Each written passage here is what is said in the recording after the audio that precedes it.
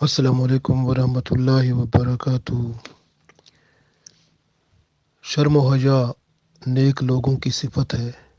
یہ صفت انسان کو برائیوں سے روکتی ہے اور نیکیوں کی طرف راغب کرتی ہے۔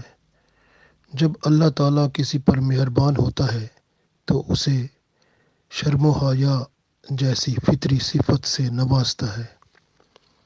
اس صفت سے انسان دوسروں کا احترام کرتا ہے اور کسی کے حقوق کو اپنے لیے استعمال کرنے سے ڈرتا ہے۔ شرم و حیا ایسا ہی ایک جذبہ ہے جو احترام انسانیت اور حقوق انسانیت کی پوری پاسداری کرتا ہے۔ شرم و حیا کی وجہ سے آدمی بہت سی برائیوں سے بچ جاتا ہے۔ رسول اللہ صلی اللہ علیہ وسلم نے فرمایا کہ شرم سے صرف بھلائی پہنچتی ہے۔ مسلم شریف میں یہ حدیث موجود ہے۔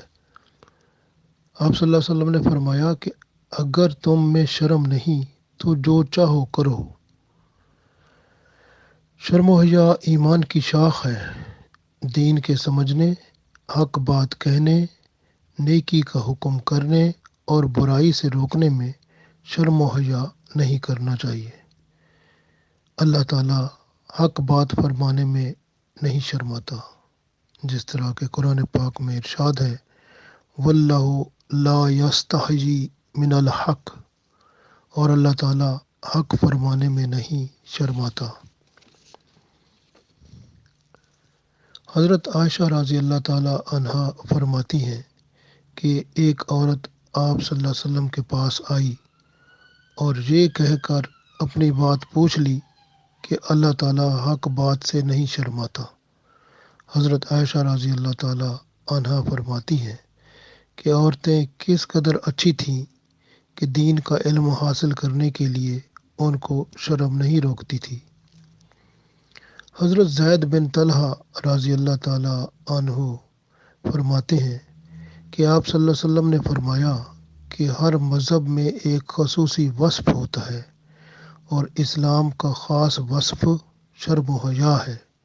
یہ حدیث ابن ماجہ میں موجود ہے۔ حضرت عبداللہ بن عمر رضی اللہ تعالیٰ عنہ سے روایت ہے کہ آپ صلی اللہ علیہ وسلم ایک بار ایک انصاری رضی اللہ تعالیٰ عنہ کے پاس سے گزرے جو اپنے بھائی کو حیا کی نصیحت کر رہا تھا۔ آپ صلی اللہ علیہ وسلم نے فرمایا کہ اسے چھوڑ دو اور حیا کی کمی کے متعلق نہ کہو، کیونکہ حیا جزو ایمان ہے۔ صحیح بخاری میں یہ حدیث موجود ہے۔ حضرت عبداللہ بن عمر رضی اللہ تعالیٰ عنہ فرماتے ہیں کہ آپ صلی اللہ علیہ وسلم نے فرمایا کہ حیا اور ایمان کو ایک جگہ رکھا گیا ہے۔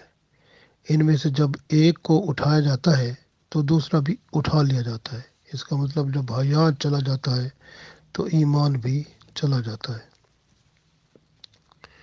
حضرت ابو ہریرہ رضی اللہ تعالیٰ عنہ سے روایت ہے کہ آپ صلی اللہ علیہ وسلم نے فرمایا حیا ایمان کا جزو ہے اور ایمان کا نتیجہ جنت ہے، اور بد زبانی سخت دلی کا اثر ہے اور سخت دلی جہنم میں لے جانے کا کام ہے۔ ترمذی شریف میں یہ حدیث موجود ہے۔ حضرت عبداللہ بن مسعود رضی اللہ تعالیٰ عنہ فرماتے ہیں کہ آپ صلی اللہ علیہ وسلم نے فرمایا کہ نبوت کی جو باتیں مجھے معلوم ہیں ان میں سے ایک یہ بھی ہے کہ جب تک حیا نہ ہو جو چاہو کر لو۔ ابو داؤد میں یہ حدیث موجود ہے۔ حضرت انس رضی اللہ تعالیٰ عنہ سے روایت ہے کہ آپ صلی اللہ علیہ وسلم نے فرمایا کہ بے حیائی ہر چیز کو بدزیب بنا دیتی ہے اور حیا ہر چیز کو زینت عطا کرتا ہے۔ ترمذی شریف میں یہ حدیث موجود ہے۔ ایک دفعہ آپ صلی اللہ علیہ وسلم لیٹے ہوئے تھے۔ حضرت ابو بکر صدیق رضی اللہ تعالیٰ عنہ تشریف لائے۔ پنڈلی مبارک سے کپڑا کچھ ہٹا ہوا تھا تو وہ ہٹا رہا۔ حضرت عمر رضی اللہ تعالیٰ عنہ تشریف لائے تو آپ صلی اللہ علیہ وسلم گفتگو فرماتے رہے، اور پھر جب حضرت عثمان رضی اللہ تعالیٰ عنہ نے آنے کی اجازت مانگی تو آپ صلی اللہ علیہ وسلم نے فوراً ہی وہ کپڑا اپنی پنڈلی پر ڈال لیا۔ پھر حضرت عثمان رضی اللہ تعالیٰ عنہ کو اندر آنے کی اجازت دے دی۔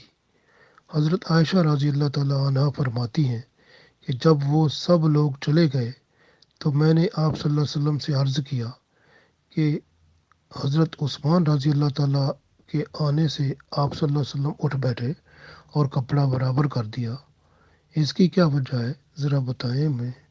آپ صلی اللہ علیہ وسلم نے فرمایا، اے عائشہ رضی اللہ تعالیٰ عنہ، میں اس شخص سے حیا کیوں نہ کروں جس سے اللہ کے فرشتے بھی حیا کرتے ہیں۔ سبحان اللہ۔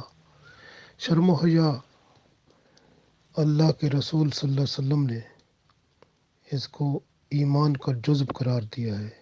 جب شرم و حیا نکل جاتا ہے تو ایمان بھی ساتھ چلا جاتا ہے۔ اپنے اندر شرم و حیا لائیں اور اپنی اولاد میں بھی اللہ تعالی ہمیں توفیق عطا فرمائے۔ آمین۔